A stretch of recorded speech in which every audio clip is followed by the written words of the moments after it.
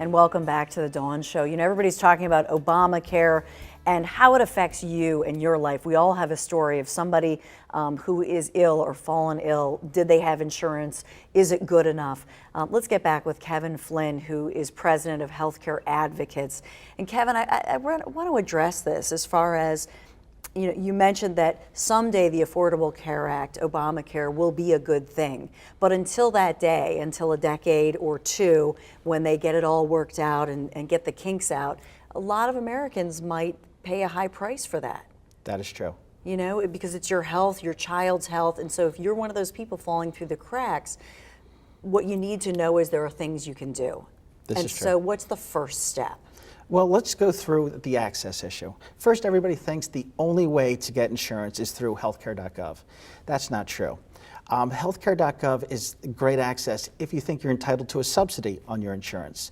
But if you don't think you're entitled to a subsidy, you can go and contact any insurance company. You can contact it here in Philadelphia area, Blue Cross, Aetna. You can go online to www.ehealthinsurance.com and obtain quotes that way. So don't be pigeonholed thinking healthcare.gov is the only way you can obtain insurance.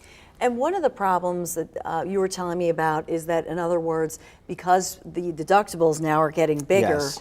that doctors want the money up front. That is true. There are two parts to that, and that's a learning curve from the people who were uninsured, who are now insured, thinking they can just run right into the doctor. And there are two parts to this. First, look at your deductibles, because a lot of these plans have high deductibles. The first $2,500, the first $5,000. So people who are now insured for the first time, you're going to find out that, well, maybe this isn't the panacea that you thought, that you do have coverage, but the first $2,500 or first $5,000, you're going to have to pay for out of your pocket.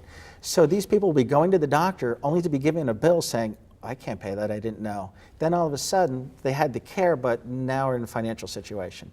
The other problem is, because our society is moving to high deductible plans, there are many doctors who are asking for the fee up front. I'm sorry, but you have a $5,000 deductible, could you pay up front? Because the doctors know most of the time if they don't get paid up front, they're not getting paid.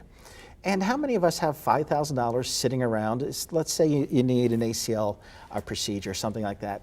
We don't all have $5,000 sitting around in our bank accounts that we can just pay for the doctor.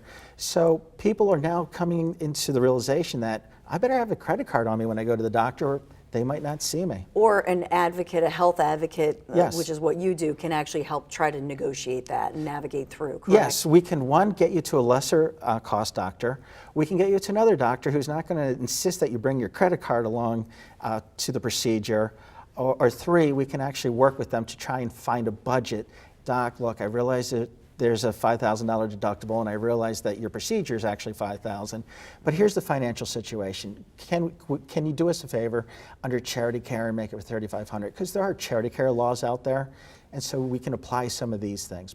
But a lot of people just don't know. So, exactly. And for those of you just joining us, so you're watching WMCN TV, The Dawn Show. We're trying to educate about the Affordable Care Act.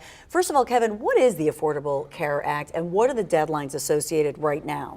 Well, the Affordable Care Act actually started years ago, but what we're bumping up against now, coming up on 2014, are the mandate to have insurance. First, there was the employer mandate that employers with 50 or more employees must cover their employees that work more than 32 hours a month or a week, forgive me.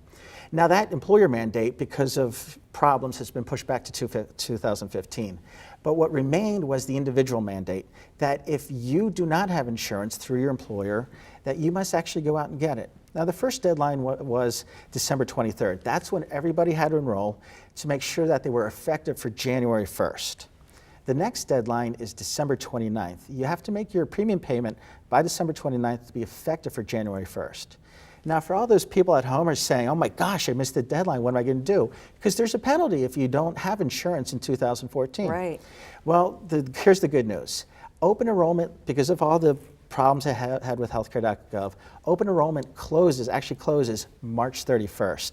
So if you're at home and you don't have insurance right now and you're worried about the penalty for not being insured, take a deep breath, relax, because you actually have till March 31st to enroll. So in essence, they extended that deadline. Exactly, in yes. essence. Yes. One of the problems was that what Obamacare did, and correct me if I'm wrong, was they said, well, you have all of these sort of invincible, young, healthy people who will, by the millions, offset the folks who need health care and cost more. Yes. The problem is those invincible, healthy young people are not signing up, right? That's correct.